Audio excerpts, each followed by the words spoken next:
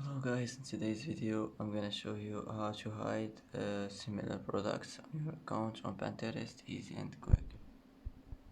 First click on your profile, now click here, now click settings, and now click social permissions, and here you will find this, just like this, and it will be turned on, so turn it off, and that's how to hide similar products on your account on Pinterest easy and quick.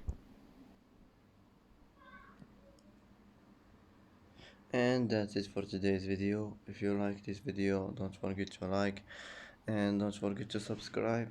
I hope this video is helpful for you, and thanks for watching till the end, and see you in the next video.